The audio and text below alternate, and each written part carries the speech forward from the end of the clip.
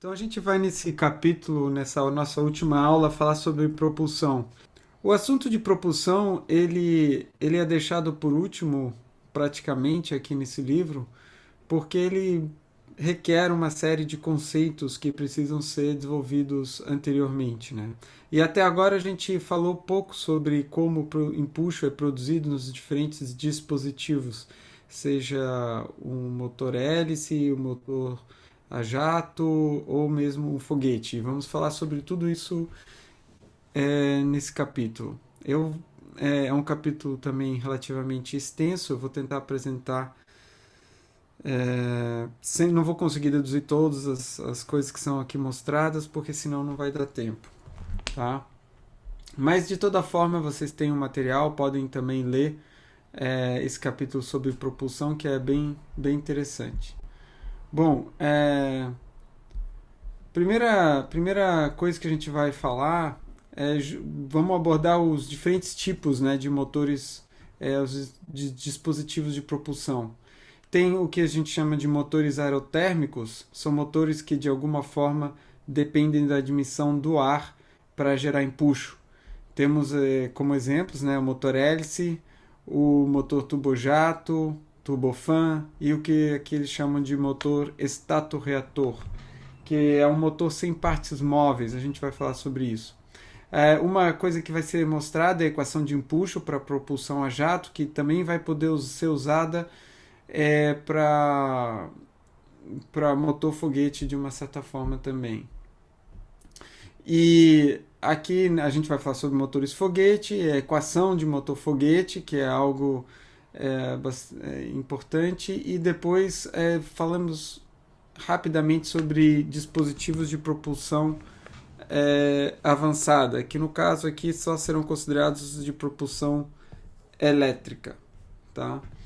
Então, começando pelo historicamente também pelos primeiros tipos de motores aeronáuticos, a gente tem os motores hélice, né? Então, o que é a hélice, né? A hélice é essa estrutura tridimensional aqui que quando você faz um corte nela, ela tem a mesma forma, tem uma forma semelhante a de uma seção de um aerofólio. Mas ao contrário de uma asa, né, essa seção de aerofólio ela, ela tem uma forma que se assemelha às vezes a de uma asa, mas hoje são especializadas, assim, não são as mesmas seções que são usadas para asas e para hélices, são diferentes. Mas para o leigo, né, para a gente que olha assim pela primeira vez, tem muitas semelhanças. O sentido em que ela funciona é diferente, claro, do que uma asa. Né? A asa, na verdade, gera sustentação, enquanto que a hélice ela é movimentada, ela é rotacionada de tal forma que ela gera um empuxo, uma pressão. Então a gente pode pensar no funcionamento quando a hélice está girando, ela vai gerar um campo de pressão na parte posterior da hélice que vai tender a vai fazer uma força nela na direção do escoamento, na direção, desculpa, do movimento do avião ou do veículo, né? Então é assim essencialmente que a hélice gera empuxo, tá? Através desse movimento relativo do ar em volta da hélice. A hélice ela vai ter o ângulo em que essa seção está inclinada com relação vamos dizer assim, ao plano de rotação da hélice, vai variar da raiz até a ponta. Tá? Você vai ter uma variação desse ângulo. Esse ângulo vai ser maior na raiz e menor na ponta, e a gente vai ver algumas das razões por que isso acontece. Então, se a gente olhar, então aqui está mostrando um corte, né, da hélice. E então a velocidade relativa, né, a velocidade do escoamento livre, e você tem duas cortes são feitos aqui, uma mais para a ponta e outra aqui mais na próxima da raiz. Esse é o plano de rotação da hélice, e aqui está o ângulo que a corda faz, a corda do aerofólio, né, em cada seção, faz com esse plano de rotação. Esse ângulo aqui é chamado de beta. Então você pode ver que aqui o beta próximo da raiz é bem maior do que próximo à ponta da asa. Tem uma velocidade relativa ao avião, v infinito, o avião está se movendo aqui no caso da direita para a esquerda, e portanto a velocidade relativa vai ser da esquerda para a direita, né? E esse ângulo aqui é o ângulo beta. Ao mesmo tempo, a hélice está girando, né, no plano da hélice, e a velocidade em cada ponto, tá? Isso aqui, a velocidade em cada ponto vai ser função da velocidade angular, vai ser dado por r ômega. Na posição R, a velocidade tangencial vai ser r ômega. Então, do ponto de vista da hélice, relativo à hélice, o que a hélice está vendo? Ela como está se movimentando nessa direção aqui, né? Porque a hélice, isso aqui, imagina que você está numa posição R qualquer, tá? Por exemplo, pode ser aqui ou pode ser mais em cima. E a hélice está se movendo nessa direção aqui e o vento está vindo para cá, tá? Então, relativo à hélice, o que você tem é a velocidade v infinito nessa direção e uma velocidade relativa, um vento relativo nessa direção aqui, contrária à direção que se movimenta a hélice, que é r vezes ômega, tá?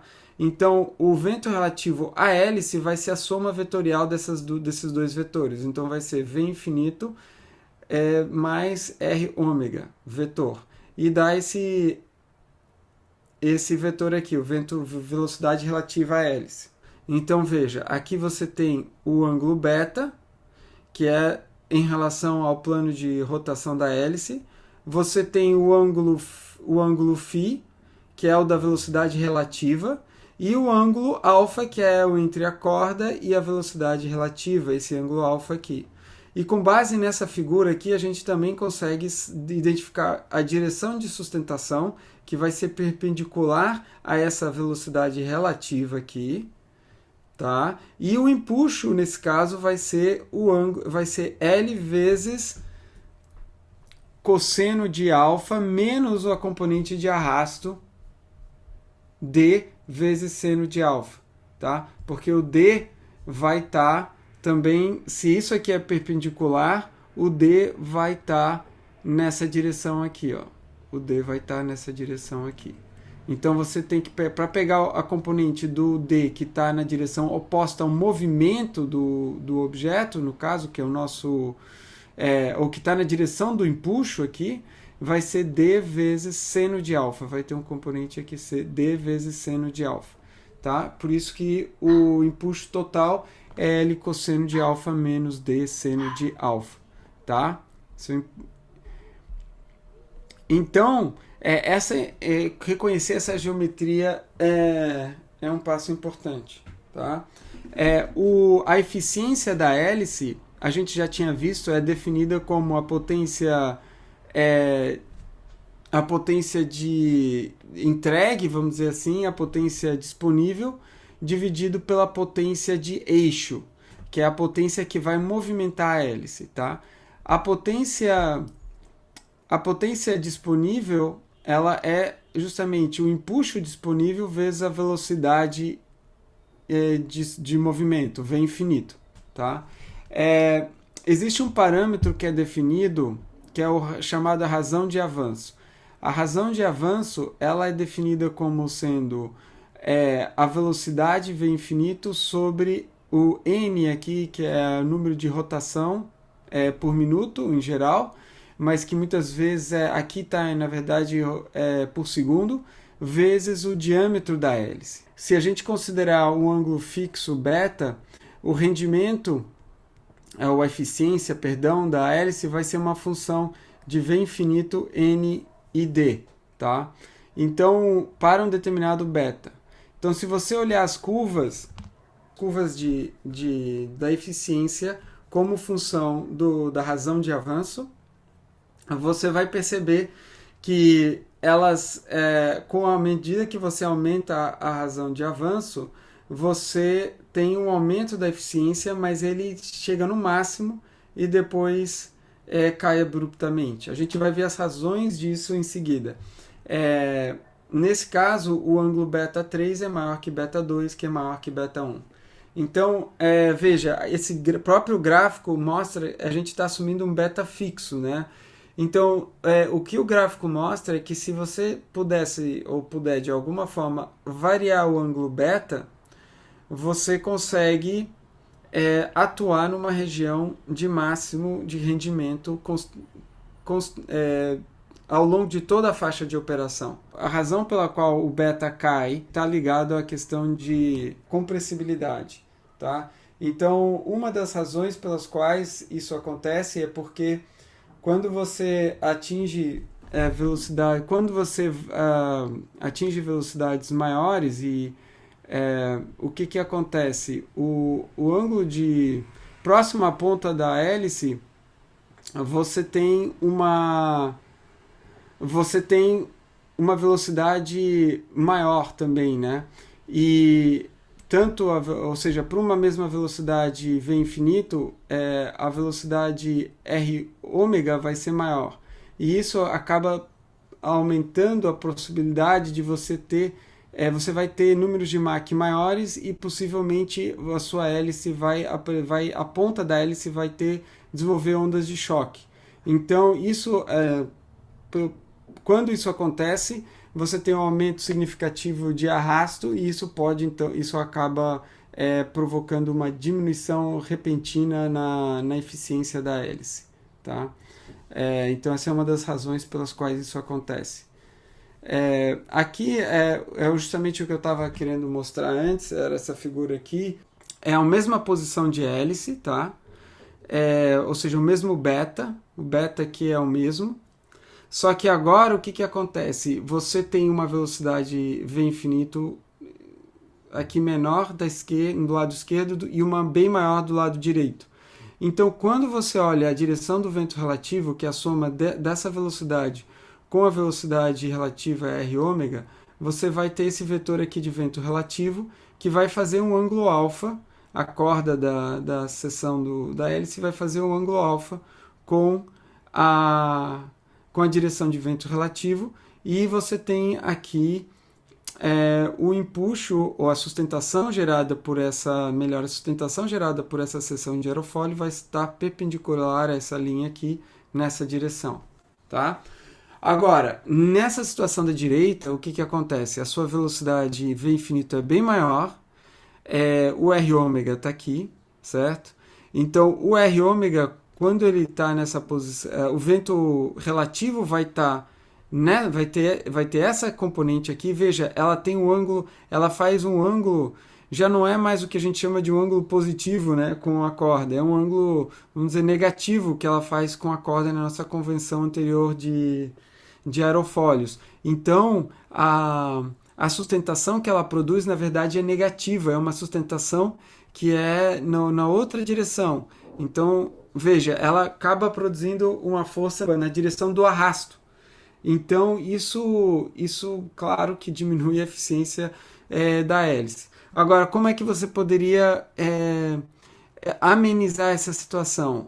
Você poderia amenizar essa situação se você aumentasse R ômega. Como é que você pode aumentar R ômega? Você pode aumentar o R, mas isso não é possível porque você precisa, ou seja, isso aqui é para uma determinada posição da hélice, né? Você não vai conseguir aumentar o R dela, mas você sim pode aumentar o ômega. Se você aumentar o ômega, esse vetor aqui vai aumentar e, portanto, o ângulo vai diminuir, esse ângulo de vento relativo. Só que o que é o problema disso é justamente aquilo que eu mencionei. Você acaba aumentando muito o número de Mach e você pode ter uma condição sônica ou até supersônica na ponta da hélice, e em função disso você tem aumento significativo de arrasto e perda de eficiência, tá? Então existe essa limitação inerente à velocidade máxima que o avião pode voar usando uma hélice. A diferença de velocidade relativo na raiz e na ponta da hélice. Então essa situação em cima seria mais próxima a raiz da hélice, né? E que você tem um ângulo beta muito grande. Por que, que você tem um ângulo beta maior? Porque o que, que acontece? Aqui você tem uma velocidade relativa menor. Então, para você manter um ângulo positivo de ataque, você precisa ter um beta grande, entendeu?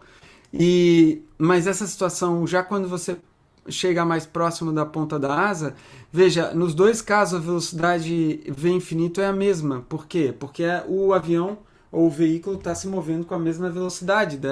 Todas as partes da hélice estão se movendo da direita para a esquerda com a mesma velocidade v infinito. E então, na raiz da hélice, para você vai precisar um ângulo beta maior para garantir um certo alfa. E já na próxima ponta da asa, esse ângulo beta não precisa ser tão grande, porque a sua velocidade, essa componente de velocidade relativa aqui, r ômega, vai ser maior. Por que, que ela vai ser maior? Porque o r é maior. Né? O r nessa posição vai ser maior. Então, essa situação aqui ele não está falando isso, né? Mas o r do A é menor do que o r da posição B. Tá? Então, isso é uma outra informação que vocês devem reconhecer. Então, aqui está mostrando algumas séries desenvolvidas pela NACA para hélices, série 16, e você vê que os perfis já são diferentes, né? De perfis de aerofólios que a gente já viu. Então, existem e esses perfis são mais assemelhados aos perfis transônicos, justamente por essa característica da região da ponta da hélice operar no regime de Mach maior. É interessante também notar que o perfil da hélice pode mudar também ao longo da hélice, não precisa ser exatamente o mesmo. Então você pode projetar sua hélice para migrar entre perfis diferentes ao longo da hélice. Tá? Então com isso a gente fala, ou seja, mais sobre a questão da geometria da hélice. Agora a gente vai entrar na questão dos motores, né? Ou seja, o que vai entregar a potência de eixo para essa hélice. Né? Então aqui a gente tem uma imagem de um motor radial, né? Deixa eu ver aqui quantos cilindros tem mais, acho que são uns 8 cilindros, 1, 2, 3, 4 ou 7 cilindros, ou seja, não, tem dos outros lados também. Então tem muitos cilindros aqui, é um motor com uma potência aí eu acho que em torno de 2000 HP, tá? E a função desse motor é gerar torque nesse eixo, movimentar esse eixo que vai então girar a hélice e gerar empuxo. Como é que funciona esse motor? Tá? Esse motor é um motor convencional, ciclo de combustão interna, geralmente aqui no caso um ciclo de 4 tempos. Então quais são os 4 tempos, né, desse ciclo? Primeiro a gente tem a fase de admissão. Então veja, aqui você tem um conjunto cilindro-pistão, o pistão está aqui, o cilindro, você tem a válvula de admissão, a válvula de escape também, ou de exaustão. E o que acontece aqui? Então, primeiro você admite gás para dentro do cilindro. Isso acontece basicamente a uma pressão constante, você aumenta o volume. Depois você faz uma compressão, que a gente vamos modelar como uma compressão isentrópica, do ponto 2 até o ponto 3. Então aumenta a pressão, a válvula fecha, você aumenta a pressão. Depois você injeta combustível, né, nesse processo, você ignita a mistura e ela entra em combustão. Esse processo de combustão ele ocorre essencialmente a volume constante, é muito rápido, e você tem um aumento de pressão. Então você passa do 3 para o 4. Depois você faz um processo de expansão isentrópica. Essa é a parte onde o pistão, onde o gás faz trabalho sobre o pistão, onde você gera potência no motor. Tá? vai da fase 4 até a fase 5. E finalmente você tem que expulsar esse gás do seu conjunto cilindro-pistão para poder admitir uma nova quantidade de gás. Então, isso acontece da fase 5 até a fase 2. E geralmente ocorre... desculpa. Isso aqui, a exaustão é da fase 5 até 2 e depois você volta para a fase 2 até 1, quando o pistão sobe e expulsa o gás, reduzindo o volume. Tá? Então, só o fato de abrir a válvula vai fazer a pressão cair, né? E o gás escapa, tá uma pressão alta aqui, você abre a válvula, ele sai e você tem um processo basicamente de redução de pressão a volume constante. Tá? Então, se você juntar todas essas etapas, você num diagrama PV, aliás, eu esqueci de mencionar, né, mas a gente estava falando justamente de um diagrama PV, ou seja, pressão como função do volume. E quando você junta todas essas curvas aqui,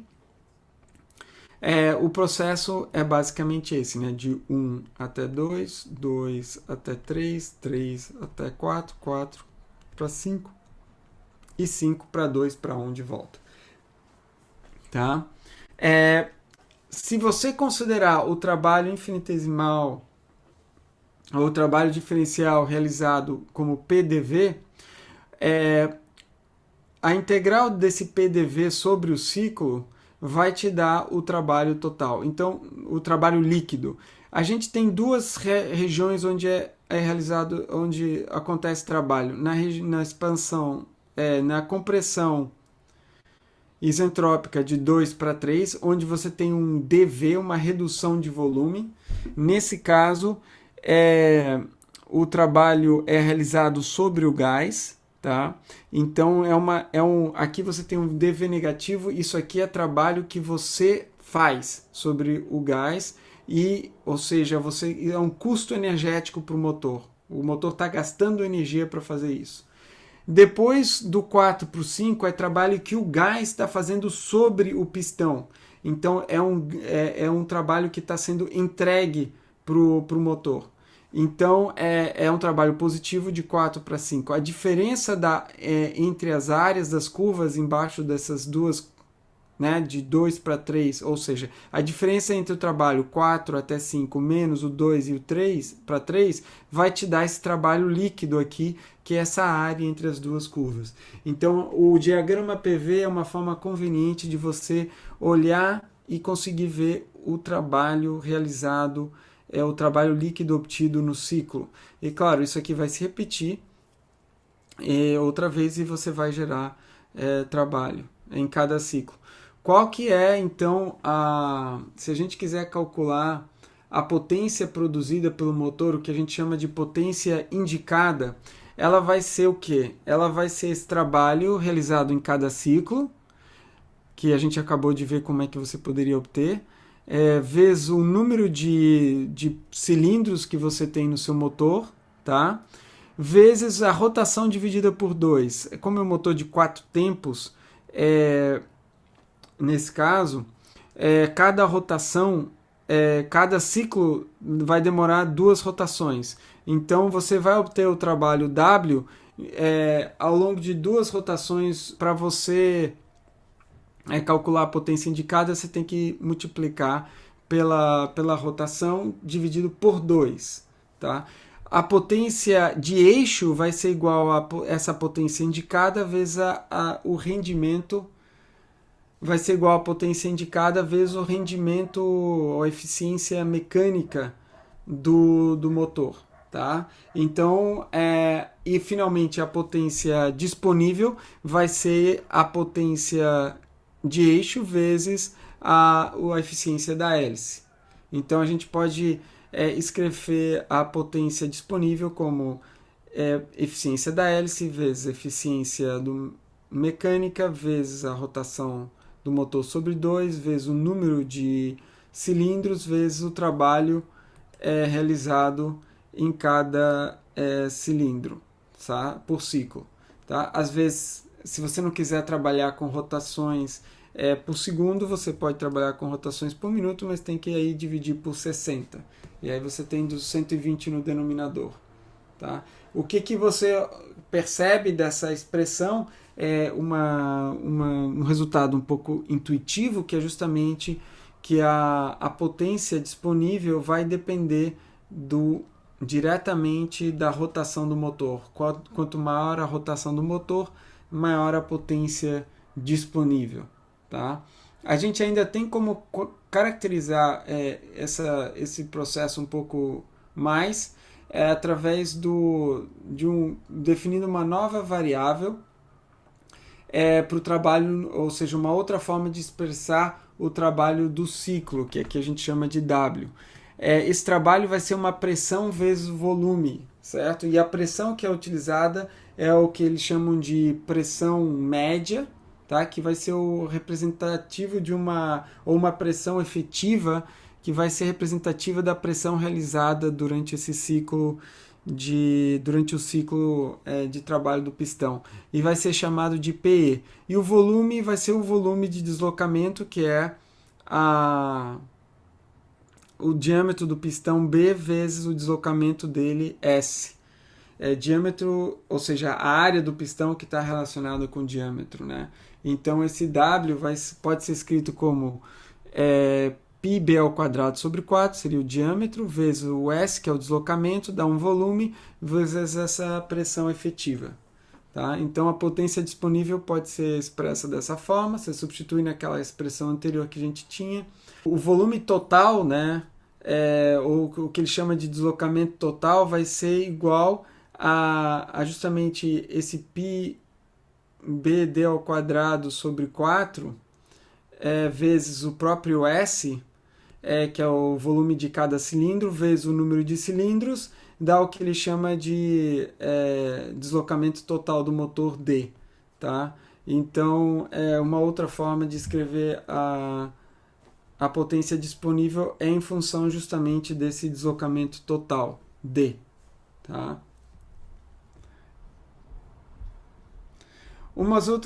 Essa potência disponível, ela vai estar relacionada com a gente tinha mencionado isso anteriormente, né, que a potência disponível estaria relacionada com a densidade, seria diretamente proporcional à densidade ρ infinito, né?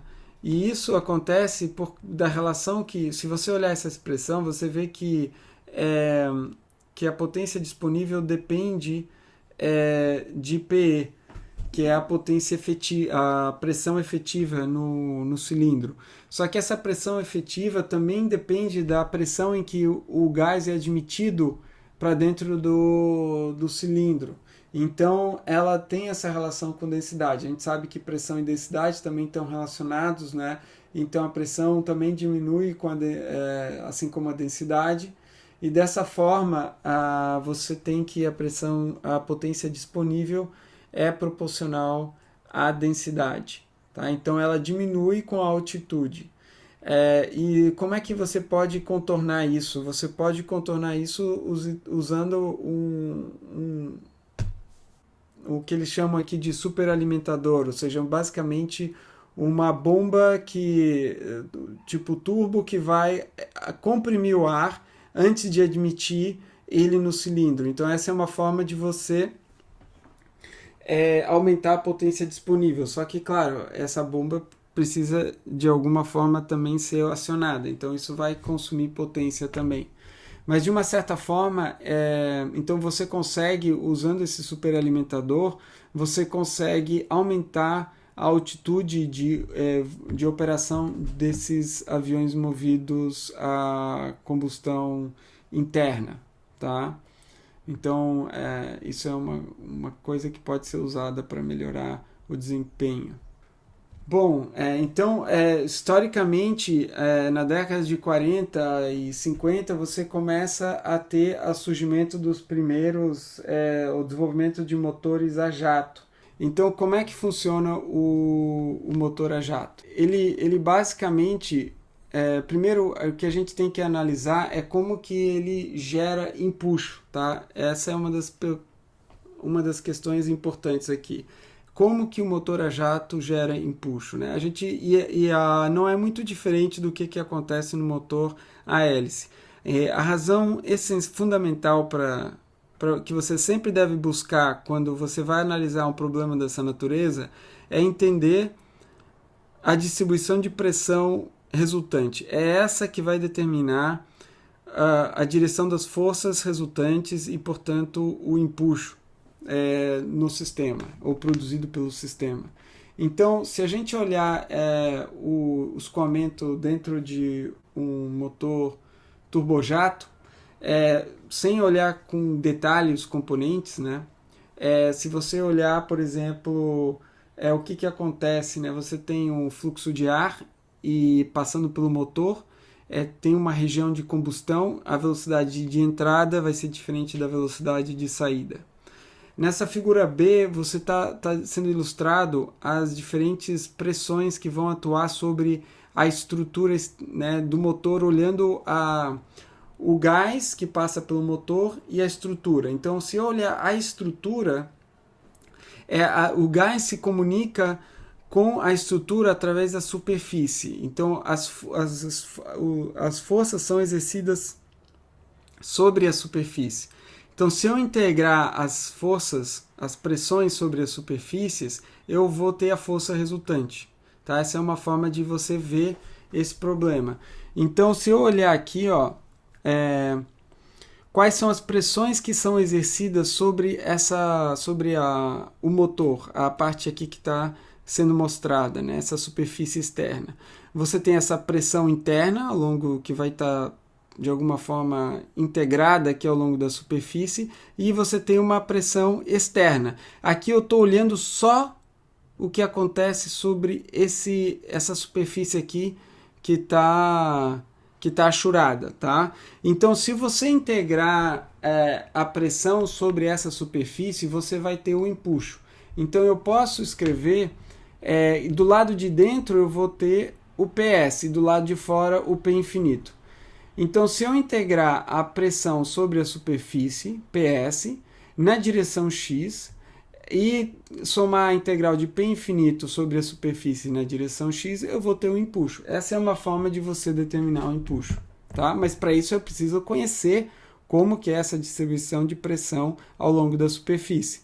Uma coisa é fácil você perceber, é como a distribuição da pressão externa, P infinito sobre essa superfície. P infinito é constante aqui fora. Tá? A gente vai assumir que P infinito aqui vai ser constante. E cada componente de pressão aqui, esse P infinito, ele tem uma componente na direção X.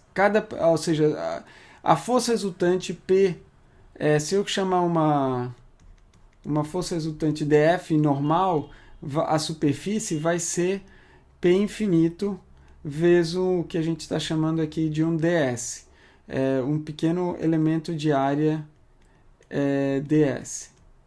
E a pressão atuando sobre ela vai gerar uma força que a gente vai estar na direção normal. Tá? A componente x dessa força, se eu quiser olhar a componente x, eu tenho que multiplicar. Na verdade, uma forma de você interpretar isso é multiplicar o P infinito pela área projetada na direção x, um dsx. Essa é uma forma de você fazer isso.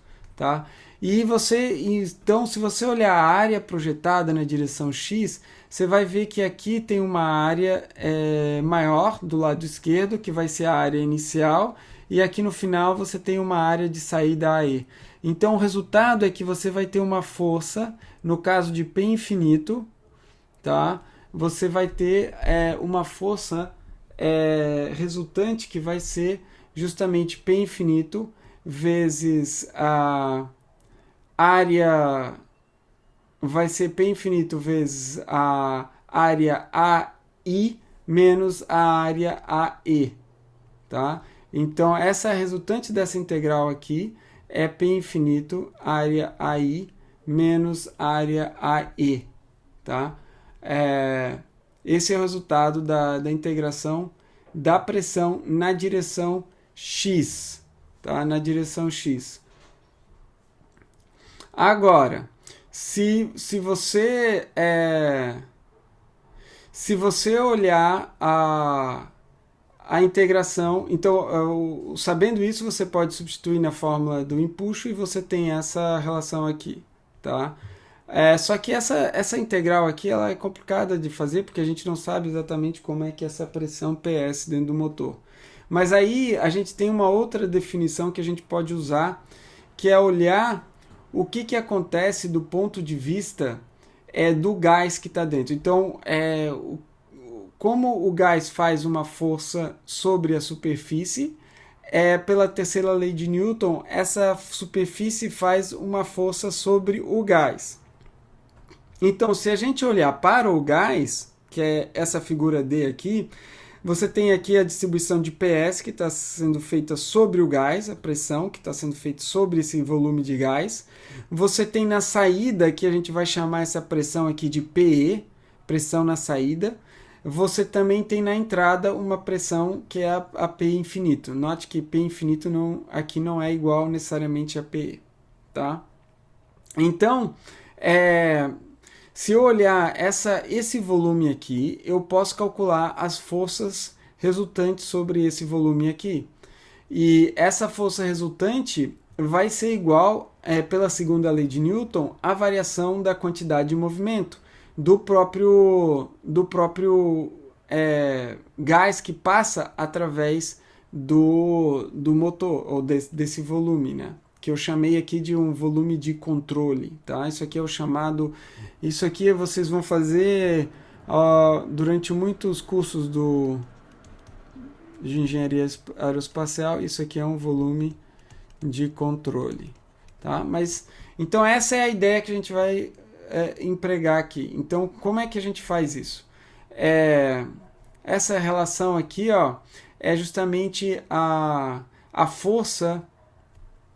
Isso aqui é justamente a força resultante sobre o gás. Então, se você olhar aqui, você tem P infinito vezes AI, a área da entrada, é na direção que a gente está considerando, está na direção, no caso, deixa eu ver, isso aqui é a força realizada sobre o gás. Aqui o X pelo jeito está para a direita. E você tem aqui então o PE vezes a área de saída. Essa força é negativa porque está sendo realizado no sentido contrário, então negativa, tá? Você também tem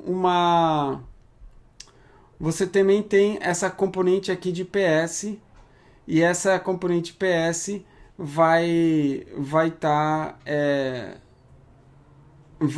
essa componente PS vai estar atuando. A gente não sabe exatamente a distribuição dela, e então por isso que você deixa ela dessa forma aqui, ó, integral de PS dsx.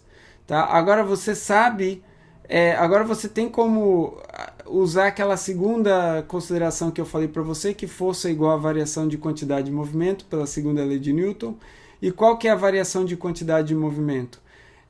Na entrada você tem uma vazão de massa vezes a velocidade de entrada. E essa vazão de massa aqui que é a velocidade de entrada.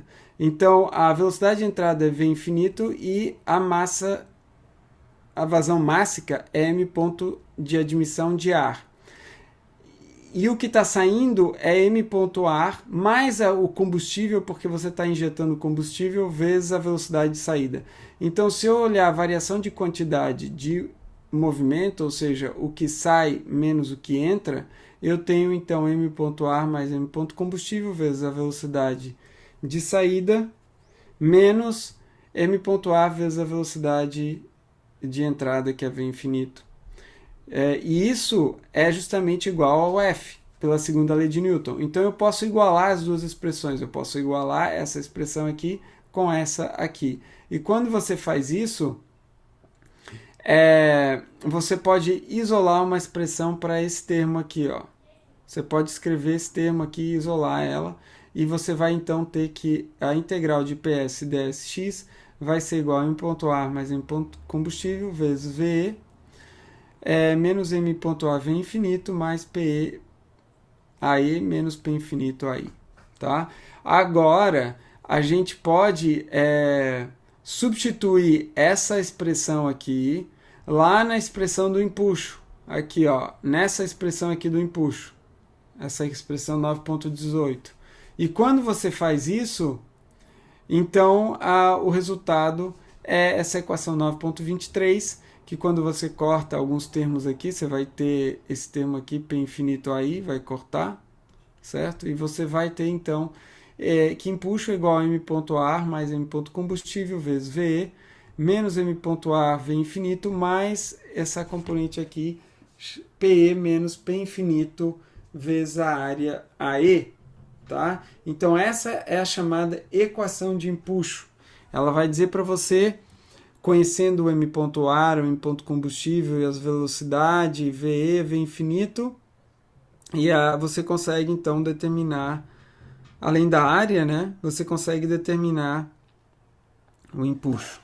Tá? Então essa equação é importante para a gente entender como o empuxo varia com certas como que o empuxo depende dessas outras variáveis, tá?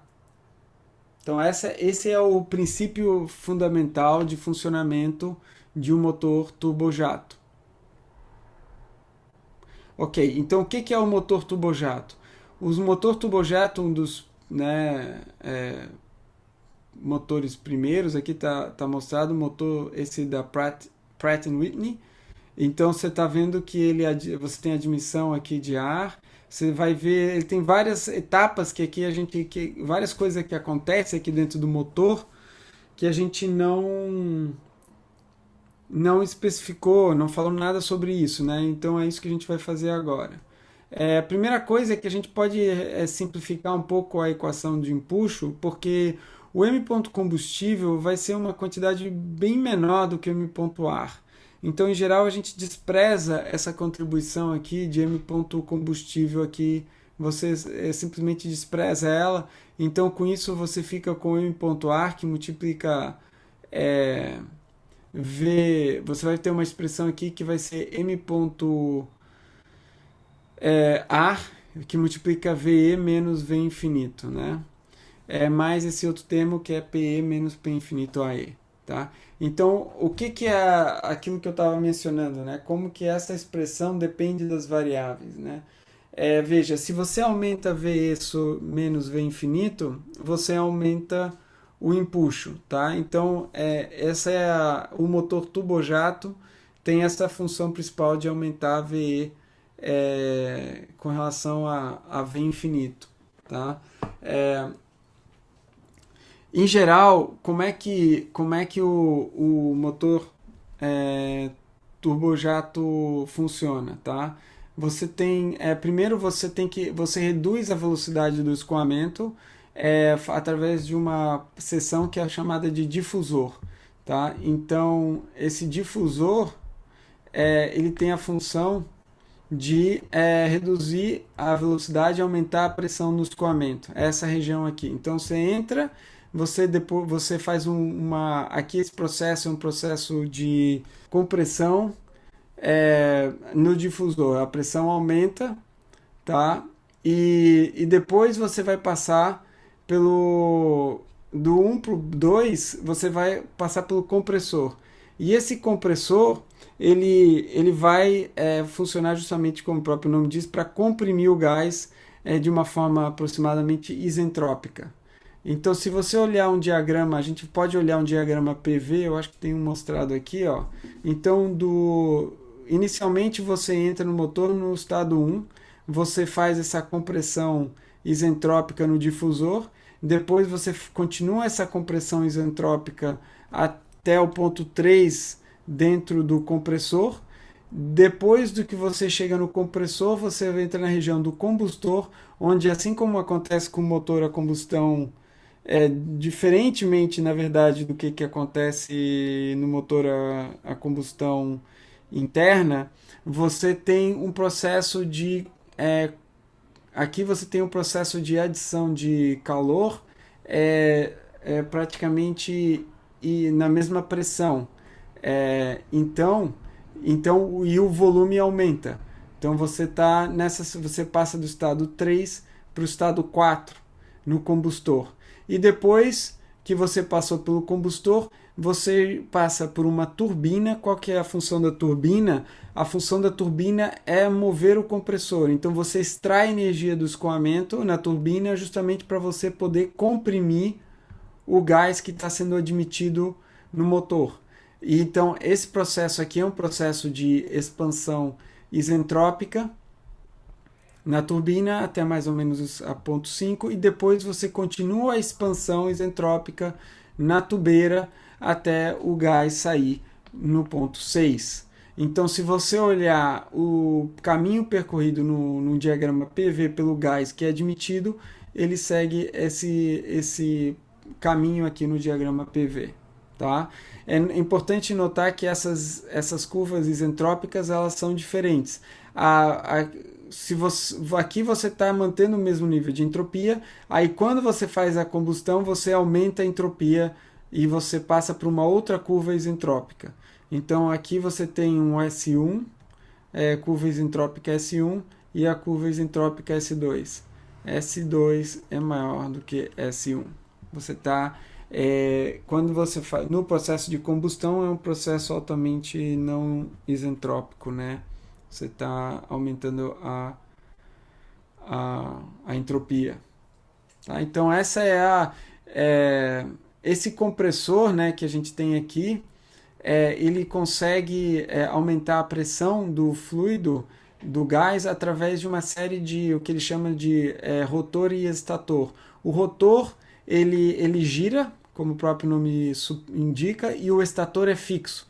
Então, basicamente, vocês vão estudar isso mais para frente em detalhe, mas o que ele faz é justamente aumentar a pressão. Essa combinação de estator e rotor aumenta a pressão do gás na medida em que ele penetra, que ele circula por dentro do compressor. O movimento do gás é essencialmente linear dentro desse compressor. Ele não vai girar junto com os junto com os rotores. Ele gira um pouco, mas aí depois ele logo é encaminhado para o estator e o estator reorienta a velocidade dele. E justamente essa reorientação da velocidade é que acaba provocando um aumento de pressão ao longo do caminho que o gás percorre no compressor. Tá? Então, isso é o que é o chamado isso aqui é um chamado compressor de fluxo axial. Tá? Uma outra forma de você... em geral, a gente está falando, né, motores turbojato podem trabalhar em mais de um regime, né? Inclusive, você pode ter um turbojato trabalhando no regime subsônico e também no regime supersônico. No regime subsônico, você tem que a velocidade de entrada vai ser no Mach menor do que 1, e você consegue, através do processo simplesmente nesse difusor, você consegue essencialmente aumentar a pressão e de reduzir a velocidade para um valor praticamente baixo de Mach. Já no caso de um difusor supersônico, você usa um choque oblíquo gerado pelo corpo central que projeta-se para frente da saída da entrada do motor, gera um choque oblíquo. Esse choque oblíquo, então, ele comprime o gás. Essencialmente, você tem um momento, na entrada do motor, você projeta o corpo central para gerar um choque, por exemplo, normal nessa região, e aí o escoamento nessa região vai ser subsônico. E veja, ele é subsônico, mas ele ainda continua, tem um difusor aqui, no final das contas, e esse difusor nessa seção, porque a seção está aumentando a área, né? E aumenta mais a pressão, diminui a velocidade, e você tem essencialmente a mesma condição de entrada, né?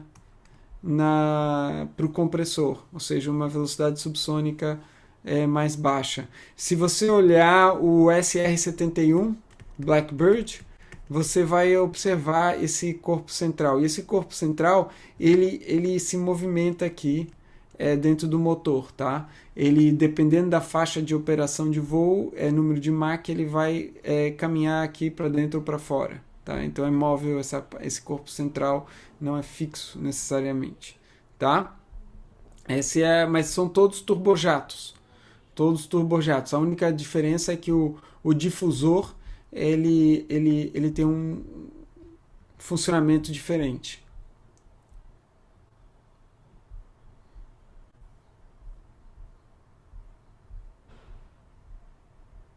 Então, se a gente olhar as diferentes ao longo do motor, como que o empuxo é produzido ao longo do motor, a gente vai chegar numa figura dessa parecida com essa daqui, onde aqui você tem pressão e força, né?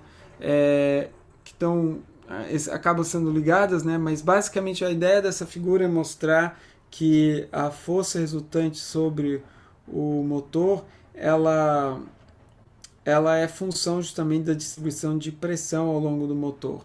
Então, no difusor você tem um aumento de pressão que acaba contribuindo para o empuxo. Depois você tem esse aumento de pressão também acontece no compressor e também contribui para o empuxo, positivamente para o empuxo, né?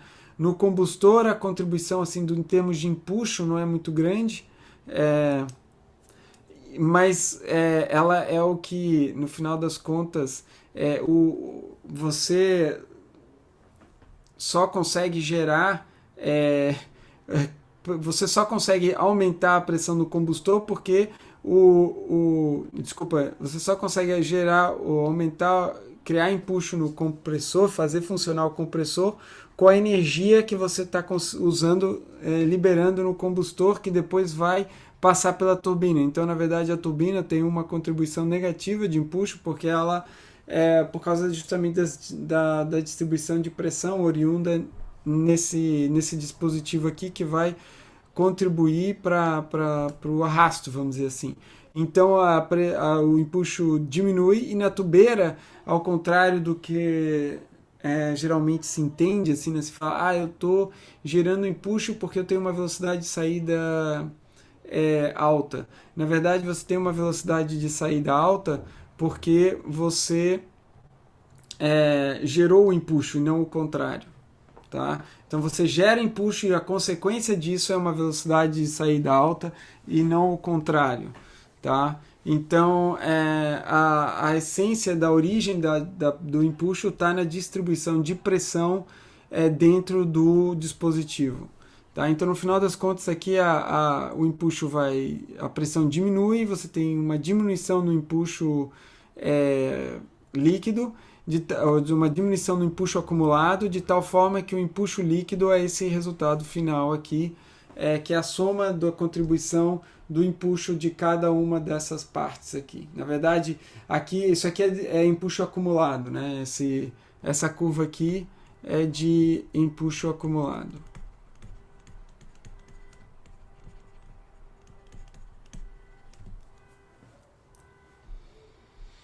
Aqui tem uma ilustração, né, das diferentes partes e como que é gerado o empuxo no motor a jato. Então, o compressor, o difusor. Aqui tem um difusor que tá diferente, né, a ordem deles aqui. Aí você tem a câmara de combustão, turbina e a parte de saída dos gases. Né? E veja, aqui você tem essa turbina aqui que está acionando o compressor. Tá? E aqui você está gerando empuxo. Você tem um empuxo positivo no compressor, no difusor e na câmara de combustão. E aqui você tem o empuxo, entre aspas, negativo, né? Na turbina e no bocal. De tal forma que o total gerado tem 57 mil libras para um lado e 46 mil para o outro, de tal forma que em torno de 11 mil libras são geradas de empuxo. Bom, os motores turbojatos, vocês podem perceber, né, que as velocidades de saída aqui, o V do jato, é bastante elevada, né? E esse V do jato, na verdade, ele é um símbolo de que você está produzindo bastante empuxo, mas que você não está sendo muito eficiente. Por que que você não está sendo eficiente? Porque se você tem ar sendo admitido e ele está saindo com uma energia muito alta, porque o que que é o V do jato? O V do jato está associado justamente com a energia cinética. Então, se você tem uma energia cinética grande nessa saída do jato, isso indica que você não está sendo muito eficiente no seu processo. Então, existe uma forma de de ser mais eficiente? Existe. Uma solução encontrada é o motor turbofan. O motor turbofan, ele é parecido, né, com o motor turbojato, o núcleo dele é um motor turbojato. Só que além de você mover a turbina não move somente o compressor, mas ela também pode mover o que a gente chama de fan, o ventilador, né, que seria um componente que vai mover uma grande quantidade de massa, mas a uma velocidade mais baixa. Então, a diferença desse motor aqui para o turbojato é que o turbojato move uma quantidade de massa menor, um M ponto menor, mas impõe a ele uma velocidade muito maior. E aqui o turbofan ele opera de forma diferente. Ele move uma grande quantidade de massa, mas impõe a ele uma velocidade menor, tá? E isso acaba sendo mais eficiente, porque a velocidade que você gera aqui na saída, ela tem menos energia cinética e, portanto, acaba sendo mais eficiente o processo. Aqui você tem o exemplo de um turbofan. Tem outras vantagens para o turbofan. Uma outra vantagem é que ele é bem menos... Esses jatos de alta velocidade aqui gera muito ruído. Então, um turbojato é muito barulhento. Já um turbofan, ele é bem mais silencioso, então isso também é uma vantagem, além dele ser mais eficiente. Então aqui está sendo mostrado um recorte, né, de um turbofan, também da Pratt & Whitney. Tá? Então, motores turbofan são mais eficientes. E são tão mais eficientes, em geral, quanto maior for o que é chamado de BPR. O BPR é o Bypass Ratio, ou seja, a razão entre o fluxo que passa, entre o fluxo de massa que passa nessa parte aqui, externa ao combustor, e a relação que passa dentro a massa que passa dentro do combustor. Então, em geral, quanto maior o bypass ratio, maior é a eficiência do turbofan. Então, a tendência tem sido de projetar turbofans cada vez maiores, com um fan cada vez maior, um diâmetro de fan cada vez maior. Mas qual que é o problema disso? Bom, essas estruturas estão localizadas geralmente debaixo das asas, né? Então você acaba sendo limitado pela distância que essa estrutura tem que ter do próprio solo, né? Uma distância aqui, uma altura aqui do próprio solo quando o veículo está parado. Não pode estar muito próximo do solo, porque você não pode correr o risco disso encostar no chão, né? Então, essa é uma limitação. O que por exemplo, os projetistas fizeram no 737 MAX lá, que deu tanto problema? Em geral, essas estruturas aqui, você tem a asa aqui, por cima, e essa estrutura então está localizada, presa na asa, né, através do pilão aqui, que eu estou desenhando meio... Então, o que o pessoal da Airbus da Boeing fez? Eles pegaram o motor, colocaram um pilão que vem mais para frente, e assim eles colocaram o motor mais para cima aqui fora, de tal forma que a entrada do motor e fizeram um motor maior, e a entrada do motor, então, se estende para diante da asa, e por isso isso prejudica a aerodinâmica do avião. Tá? Então isso não é bom para essa aerodinâmica da asa aqui. Não é bom. Então, mas ao mesmo tempo você usa um motor maior e com isso você tem uma eficiência maior, você tem ganho de economia de voo e isso tem implicações grandes, né, para a operação de uma frota de aviões.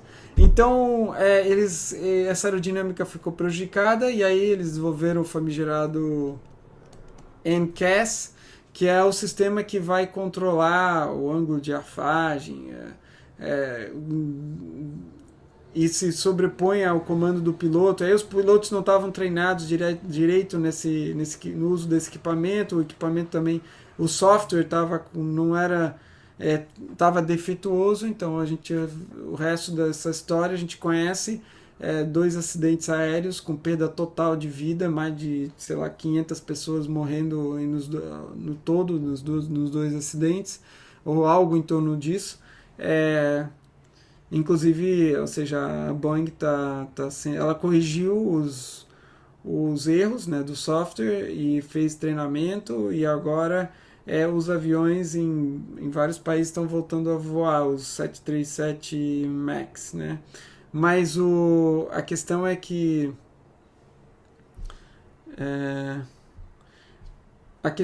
isso, né, isso poderia ter sido evitado. Essa é a questão. Poderia ter sido evitado. Havia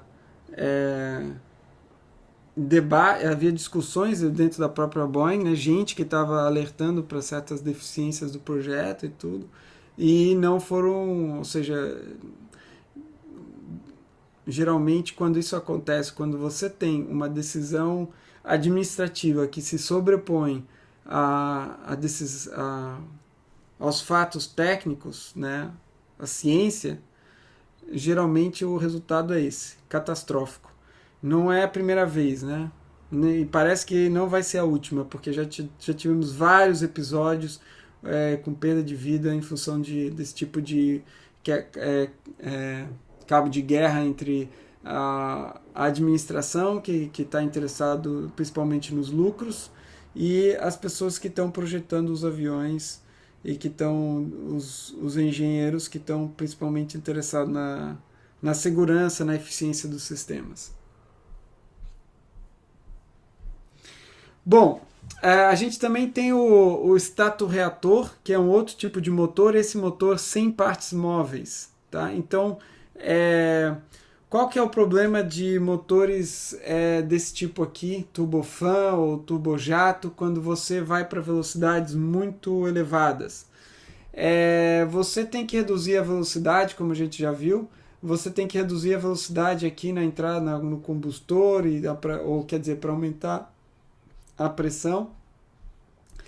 Só que isso aumenta a temperatura, e em velocidades muito elevadas, esse aumento de temperatura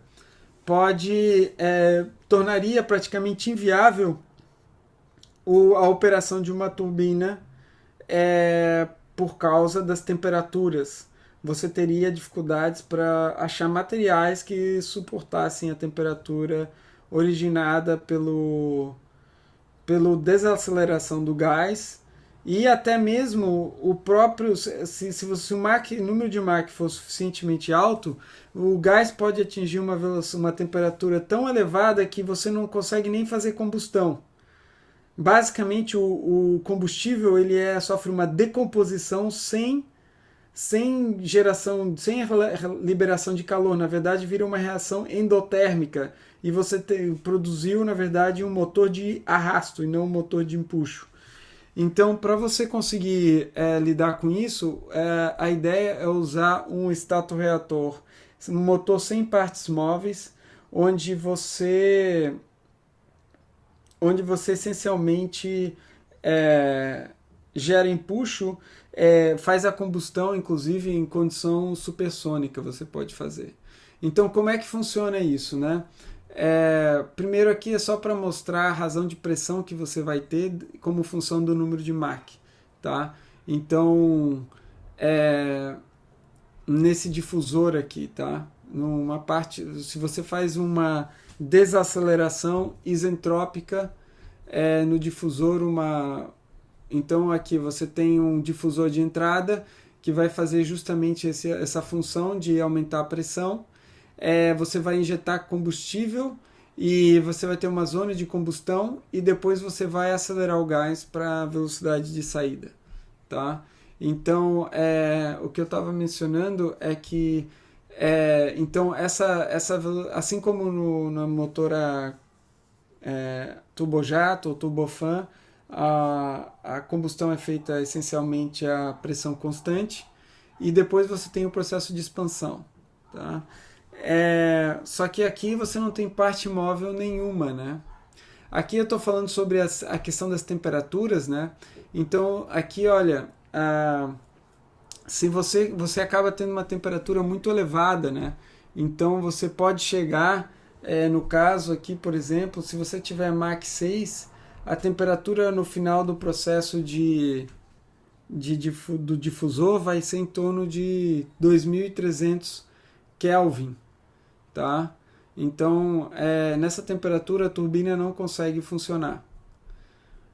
Aqui o consumo específico de combustível de empuxo, no caso, para um turbojato e para um stator-reator em função do número de Mach. E o que você vê é que para número de Mach baixo, o stator-reator ele tem um consumo muito alto, ele é pouco eficiente. Mas à medida que você aumenta o número de Mach, o turbojato ele se aproxima do valor do turbojato. O turbojato ele é limitado aqui, ó, justamente por aquilo que eu falei da temperatura, que você não chega numa temperatura em que o turbojato não consegue mais operar em função das altas temperaturas. E nem mesmo você consegue fazer a combustão. Então esse é um limite rígido aqui que você tem eventualmente no turbojato, tá? Então, para velocidades maiores, foi desenvolvido o chamado scramjet, que é um motor stator-reator em que você faz a combustão supersônica. Tá? Então, em vez de você reduzir no motor stator-reator do tipo que também é chamado de ramjet, você faz a combustão, essa zona de combustão acontece no regime subsônico. Mas se você, como eu mencionei, acima de um certo número de Mach, para você baixar a velocidade do gás para a condição subsônica, implica em aumentar demais a temperatura, de tal forma que a combustão nem pode mais acontecer. E isso é verdade tanto para o turbofan quanto para o stator-reator.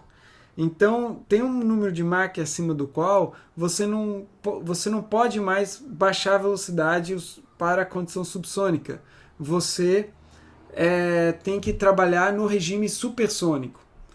E fazer combustão supersônica não é trivial. Então, isso é um tema de pesquisa atual. Apesar de já existirem scramjets, né, já terem sido desenvolvidos, a gente já foram testados, eles ainda têm muito caminho pela frente em termos de desenvolvimento desse tipo de motor. Então é uma área atual de pesquisa. Essa parte de fazer combustão supersônica é bastante atual, um tema bastante interessante. Tá?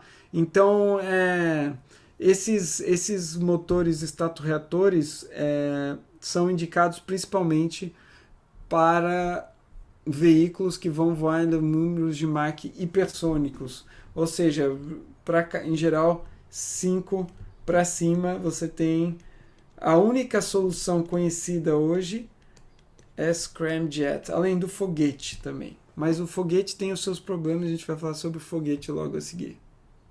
Além de motores foguete.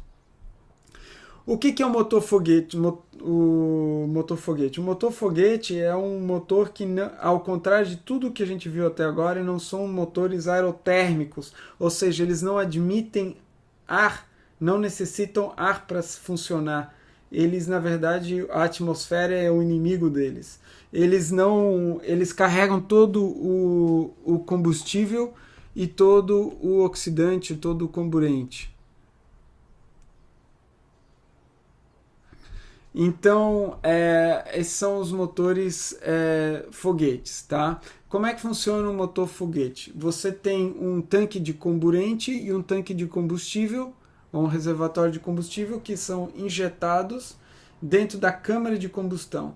E aqui acontece então a reação de combustão, que vai aumentar a temperatura principalmente, e esse gás então vai ser expandido através de um bocal convergente divergente. E lembrem, né, aqui também a velocidade é alta resultante do processo de geração de empuxo que acontece aqui dentro do, da tubeira. Tá? Então você acaba gerando umas velocidades elevadas, muito elevadas na saída da tubeira. O motor foguete ele também não é um motor eficiente, dado toda a quantidade de energia que está presente aqui, né? Mas ele é um motor capaz de gerar uma grande quantidade de empuxo. Então essa é o atrativo dele. E para você chegar, por exemplo, numa velocidade orbital, para você levantar uma estrutura e colocá-la no espaço, vencer o campo gravitacional terrestre, você precisa de muito empuxo. Tá?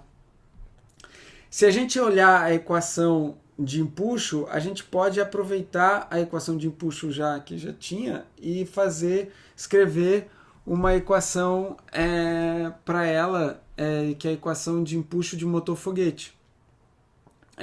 Basicamente, no caso lá, a gente olha aquela equação anterior, faz m ponto do ar igual a zero, faz o m ponto do ar igual a zero, e o m ponto vai ser simplesmente o m ponto do combustível mais o do comburente. Então você define isso como m ponto e você tem então, o que está saindo basicamente, você tem m ponto VE mais PE menos PA vezes área de saída AE. Então vamos lá olhar a equação 9.24 de novo.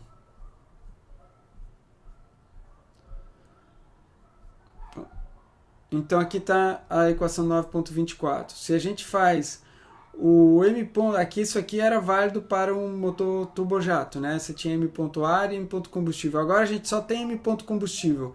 E esse m ponto, na verdade, combustível vai ser a parte de comburente e combustível, vai ser as duas.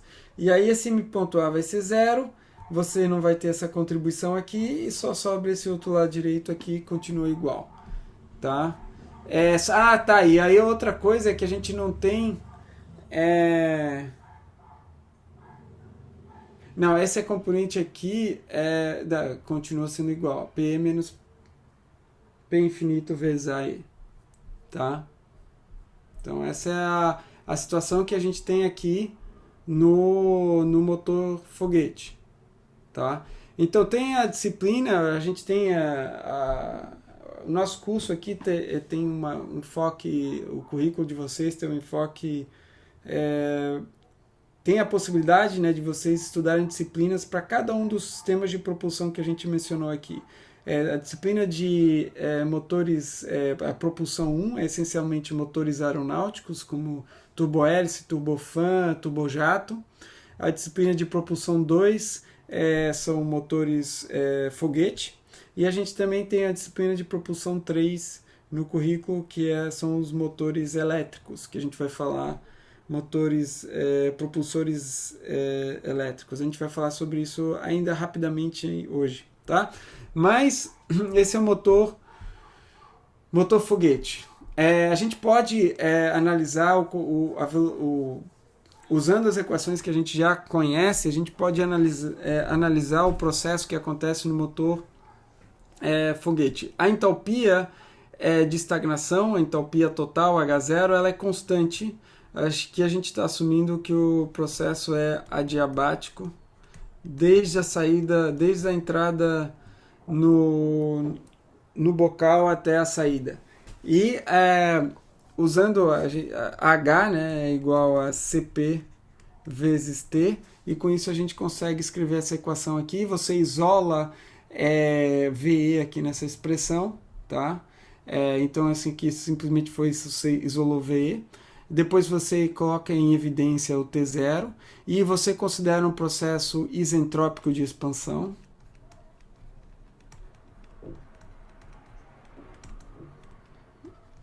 E uma vez que você considera um processo isentrópico na expansão, você consegue usar a relação isentrópica, ou seja, entre TE e T0. TE sobre T0, TE é a temperatura na saída, T0 é a temperatura de estagnação. E aí você tem uma expressão para velocidade na saída, tá? Essa expressão para velocidade na saída você pode relacionar com um impulso específico. O que vai ser o impulso específico? Vai ser igual ao impulso produzido dividido pelo peso do fluxo de combustível, tá? Então, o propelente, tá? M ponto. E esse W ponto é G0 vezes M ponto. O G0 é simplesmente uma constante, é a constante gravitacional, mas a superfície da Terra é uma convenção, tá? Uma convenção. Isso aqui é o convenção. Então, o ISP, se você usar essa expressão, você consegue escrever ISP como T sobre W ponto é G0 vezes M ponto, e o impulso aqui, se você considerar que, olhando para essa expressão aqui, se você considerar que a expansão PE é igual a P infinito, ou seja, que você faz a expansão até a pressão P infinito, esse termo vai desaparecer e você vai ter só T igual a M ponto vezes VE, certo? Então você pode escrever que M ponto vezes VE sobre G0 vezes M ponto vai ser igual a ISP. Aqui os M pontos cancelam e você tem essencialmente que ISP é igual a VE sobre G0. Então, se eu quiser achar VE, o ISP eu obtive uma expressão para VE, que é considerando todo o processo de expansão isentrópica. Então, eu tenho ISP, uma expressão para ISP, tá? Então, esse ISP vai depender essencialmente, tá, disso aqui, de T0, e a gente vai falar sobre isso. Ou seja, T0, o P0 vai ser determinado principalmente pela vazão mássica para dentro da câmara de combustão, e a gente vai falar sobre isso também. Mas o T0 vai depender principalmente do par de propelentes, ou se você estiver falando de um motor bipropelente, né? Mas enfim, do par de combustível comburente. Então aqui, por exemplo, você tem, e esse T0 vai ser o que a gente chama de temperatura de chama adiabática. Essa temperatura de chama adiabática a gente consegue calcular, tá? É a temperatura que vai ser atingida numa reação química entre esses dois pares, entre esse par, considerando que o processo é a pressão constante e adiabático. E aí você consegue essas temperaturas aqui. Então, se você usar querosene e oxigênio, você tem uma temperatura adiabática de 3.000 e poucos Kelvin, aqui 3.500, 4.000 Kelvin hidrogênio flúor. Aqui está o peso molecular. É importante lembrar que o R, né, como ele diz aqui, né, o R é igual a constante universal dividido pela massa molar. Então, o que aqui ele chama de peso molecular. Então, aqui está o ISP em segundos, que a unidade de ISP é segundos. Então, você vê que os diferentes pares de propelente vão te dar diferentes ISPs. Tá? Então, esse ISP maior é o maior aqui. Só que flúor é muito tóxico, né? Então, esse par geralmente é evitado e você prefere esses outros aqui, né? Do tipo querosene, hidrogênio, oxigênio, hidrogênio e oxigênio.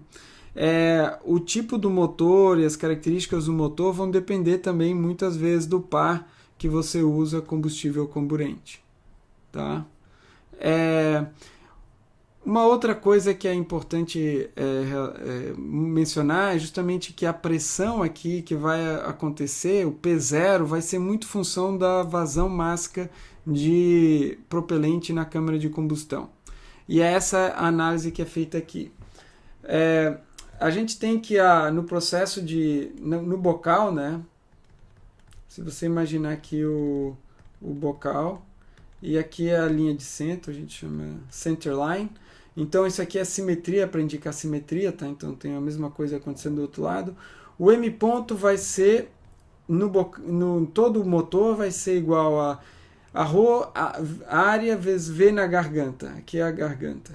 Então essa seção aqui é o que a gente chama da seção da garganta. Aqui a velocidade é sônica, lembra disso.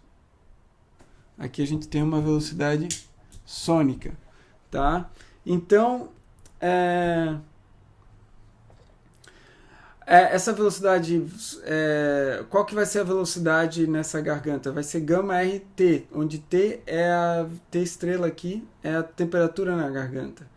A densidade, pela equação de estado, é P sobre RT. Então, se eu substituir essa velocidade e essa densidade na expressão de M ponto, eu vou ter essa expressão 9,39 aqui, tá? Aqui eu posso ainda fazer algumas coisas. Por exemplo, como a expansão, a expansão aqui é isentrópica, eu posso usar as relações. Na verdade, essa relação aqui é da relação adiabática, eu consigo relacionar T0 com temperatura de estagnação com a temperatura na garganta, porque eu sei qual que é o Mach na garganta, e o Mach na garganta é igual a 1. Lembra, M estrela, por definição, é igual a 1, porque o Mach é máximo é sônico na garganta, ele tem a variação de área atinge o mínimo aqui. Tá? Então, basicamente eu tenho essa relação aqui de T0 sobre T estrela igual a gama mais 1 sobre 2. E da mesma forma eu tenho que P0 sobre P estrela vai ser igual a gama mais 1 sobre 2 elevado na gama sobre gama menos 1. Então eu posso substituir isso nessa relação aqui, na equação 9,39, e eu obtenho então essa equação 9,42. E o que essa expressão diz pra gente é que M ponto vai ser igual a P0 vezes A estrela vezes essa outra coisa toda aqui. Então você pode escrever, né, que P0 é igual a uma constante, porque o par combustível comburente vai te dizer essencialmente qual que vai ser o teu T0, a tua temperatura de chama adiabática. Então você pode dizer que o P0 é essencialmente uma constante vezes M ponto. Propelentes podem ser de vários tipos, tem propelentes líquidos. A alimentação desses propelentes pode acontecer através de um sistema de pressurização a gás. Isso aqui geralmente é um gás inerte. Então você pressuriza os tanques que depois alimentam a câmara de combustão. Ou você pode ter um sistema bombeado com turbobombas em geral. Você tem uma bomba e isso permite com que você armazene o combustível componente numa pressão bem menor. Então são tanques de baixa pressão, esses aqui são altas pressão. Por que você faz isso ao invés disso? Porque isso implica uma espessura de tanque maior. Essa espessura de tanque maior significa maior peso. Além disso, você tem um melhor controle de operação nessa situação aqui com a presença das bombas. A desvantagem desse sistema aqui é que ele é muito mais complexo. Então, em geral, esses sistemas aqui de gás pressurizado, com gás pressurizador, são usados para motores foguetes menores, tá? Então, motores foguetes, por exemplo, para controle de atitude, esse tipo de coisa. Ou pequenas correções de órbita, por exemplo, algo que não é de dimensões muito elevadas. Então, aí você consegue trabalhar com um sistema pressurizado a gás. Já o sistema pressurizado a turbobomba é mais complexo, portanto mais suscetível a falha e, no entanto, é mais eficiente, ou seja, capaz de produzir maiores empuxos também. É, entre os propelentes, né, a gente tem propelentes criogênicos, como hidrogênio e oxigênio líquidos, que precisam estar armazenados a baixas temperaturas para serem eficientes, porque senão a densidade de energia é muito baixa. Por isso que você tem que baixar a temperatura para ele ficar no estado líquido, armazenado no estado líquido, que você permite uma densidade de energia maior. Temos bipropelentes e monopropelentes. Bipropelentes são como oxigênio líquido e combustível. Você tem que trazer os dois em contato para ocorrer a liberação de calor. Mas tem também monopropelentes, que tem o próprio elemento comburente junto com o combustível. Nesse caso, um exemplo de monopropelente é a chamada hidrazina. N2H4, tá? Também temos propelentes hipergólicos. Os propelentes hipergólicos são propelentes que você não precisa nenhuma fonte de energia externa para iniciar a reação química, basta colocá-los em contato. Então, são muito atrativos desse ponto de vista. Do outro lado, são muito perigosos, porque você imagina, você simplesmente colocar duas coisas em contato, elas já entram em combustão, significa que o risco é bem maior de acidentes, tá? Então, um exemplo desse tipo de propelente hipergólico por exemplo, o flúor, ele é hipergólico com quase todos os combustíveis, né? Mas a gente também tem a chamada monometilohidrazina, que forma um par hipergólico com o tetróxido de nitrogênio, por exemplo, N2O4, tá? E também é usado. Então, esses pares são usados, pares hipergólicos, porque são muito confiáveis, né? Essa é a grande vantagem. Você sabe que o sistema não vai ter nenhum problema de ignição, porque ele já ignita sem ajuda de ninguém. Então, nesse sentido, ele é bastante atraente. Só que ele tem que ser usado com cuidado, né? A gente também tem propelentes sólidos. A gente falou até agora só de propelentes líquidos, né?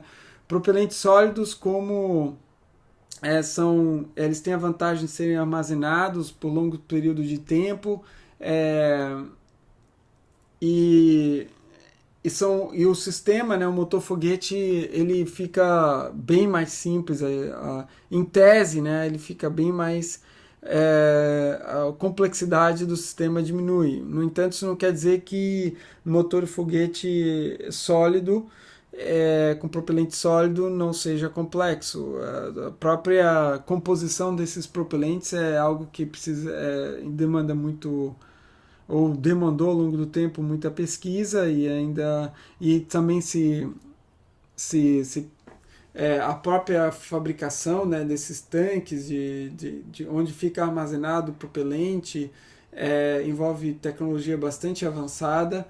Aqui a gente tem diferentes configurações chamadas de grão do propelente. A configuração geométrica desse grão vai determinar a área superficial. Então, o essencial aqui é a área superficial. A área superficial é o que vai determinar, no final das contas, a vazão máxima. Área superficial vai determinar a vazão máxima dos gases de combustão.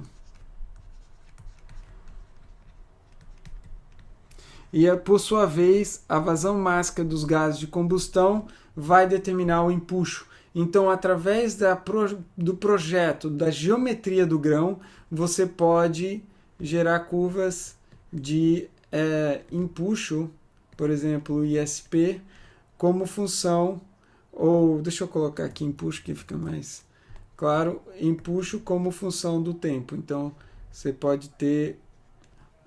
pode configurar a sua geometria do grão para ter um empuxo desse tipo aqui.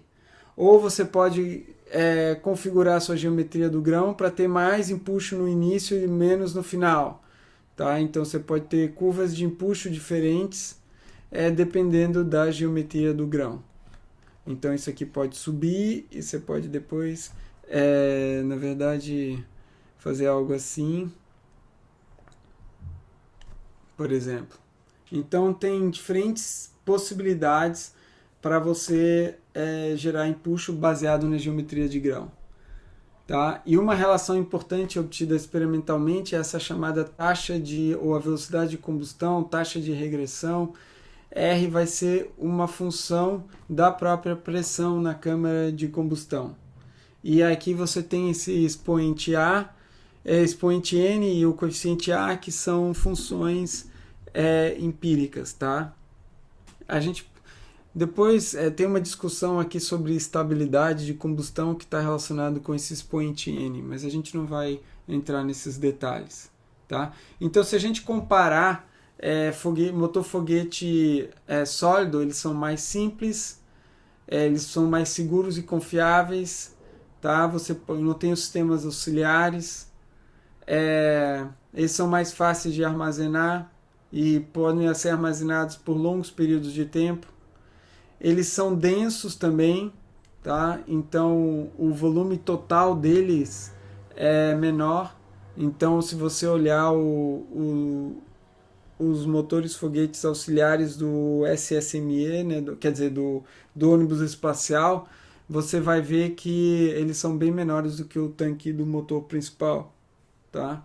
Quais são as desvantagens? Eles têm um impulso específico menor do que os motores propelente líquido, e eles também não podem ser, em geral, eles não podem ser reignitados, ou seja, você não pode interromper a operação deles. Então você ligou e aí já era, ou seja, não, vai acontecer o que vai acontecer, não tem como você desligar o motor foguete a propelente sólido facilmente.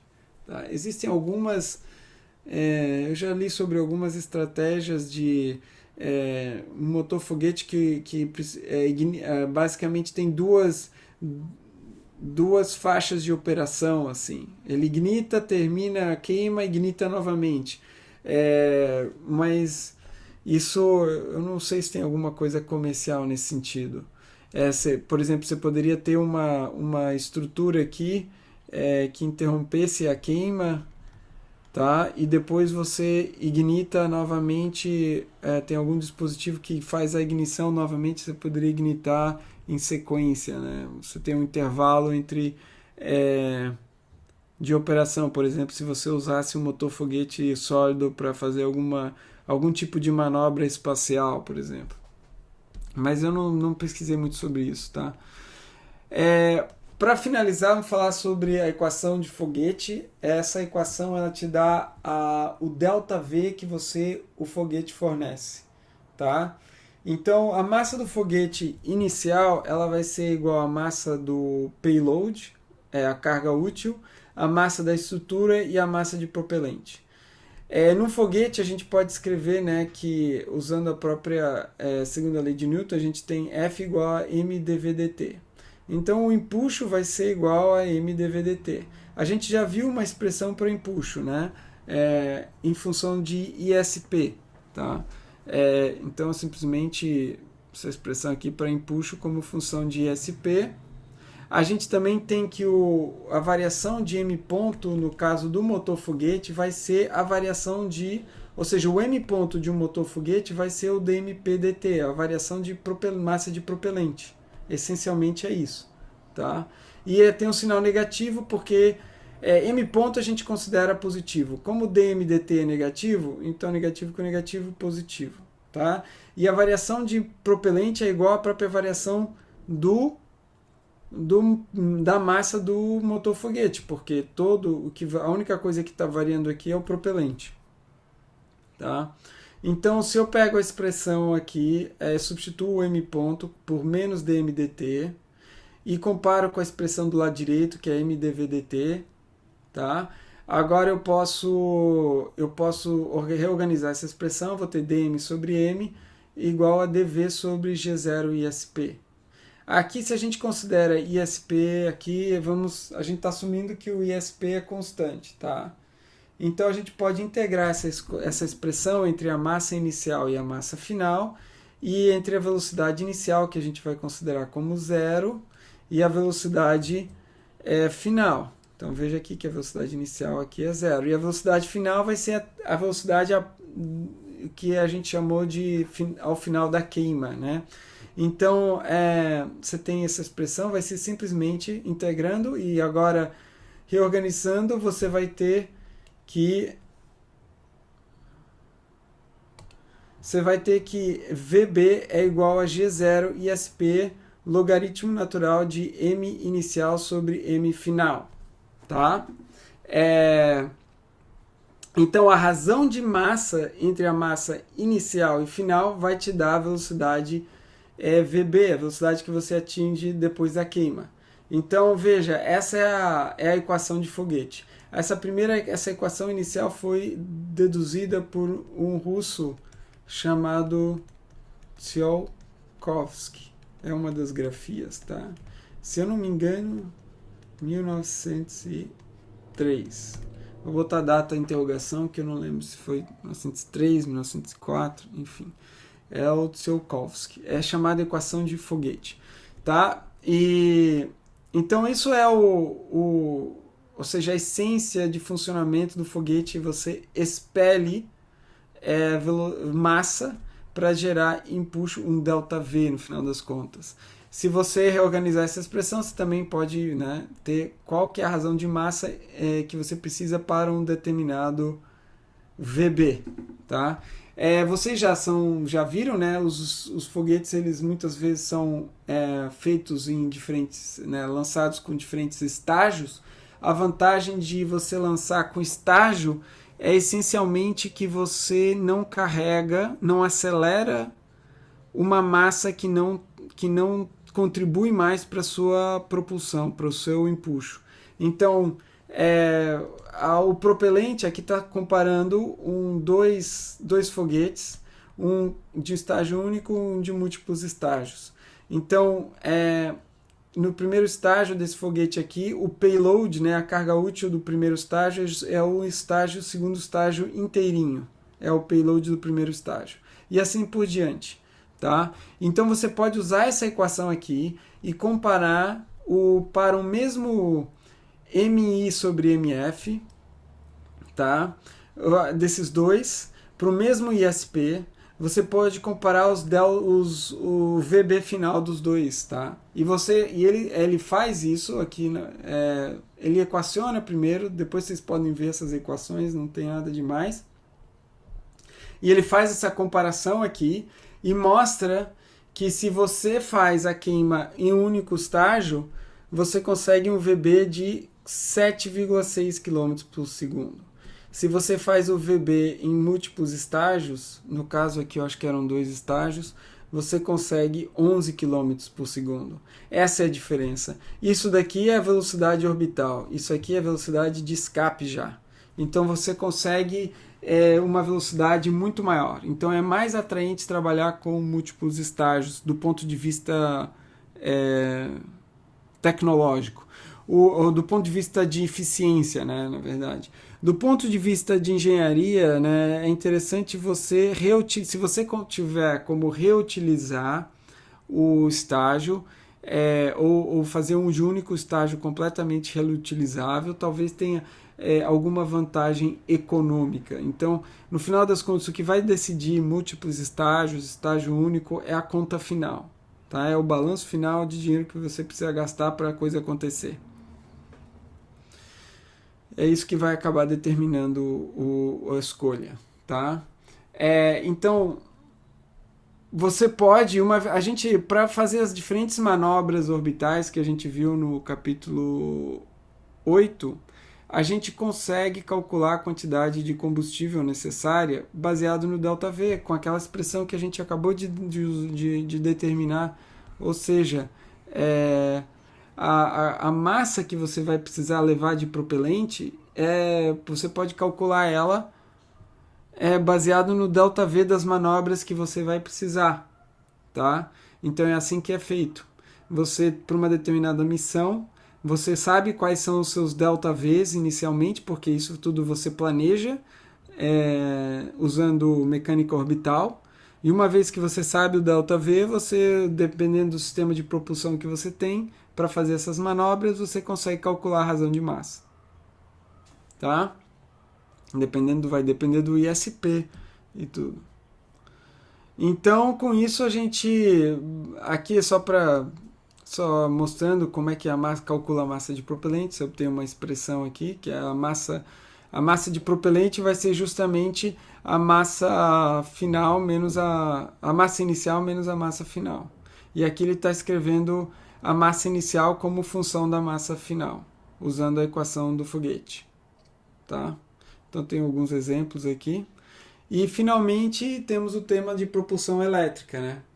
Na propulsão elétrica, o que você faz é acelerar íons, tá? Tem diferentes formas de fazer isso.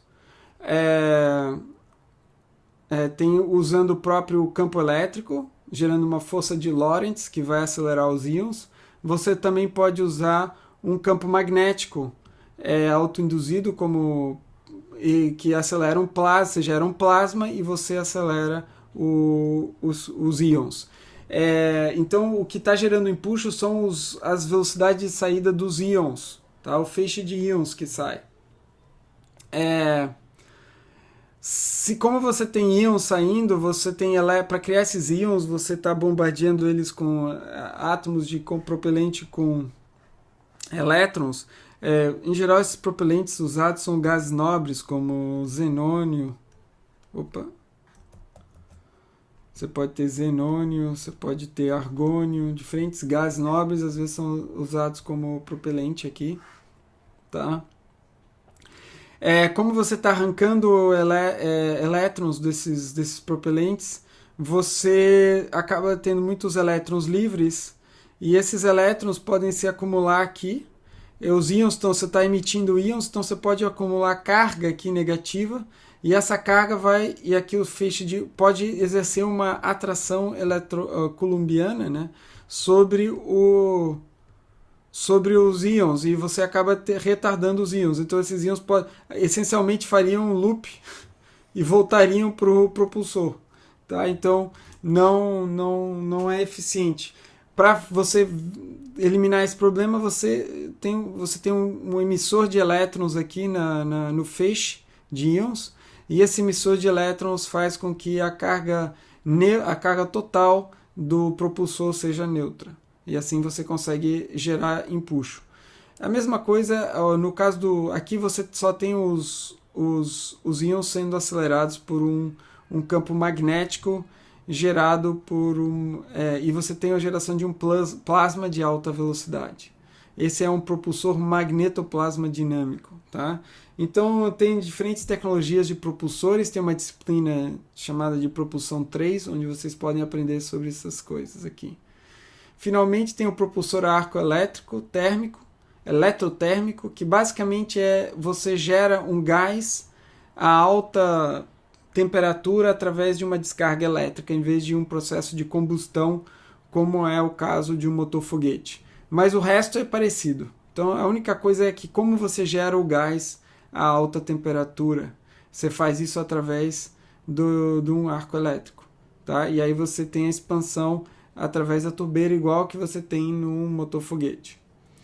É importante mencionar que nesses motores elétricos você precisa de uma fonte externa de energia, que pode ser uma bateria, pode ser um reator nuclear, pode ser um painel solar, ok? Então é isso, pessoal. Um abraço e até.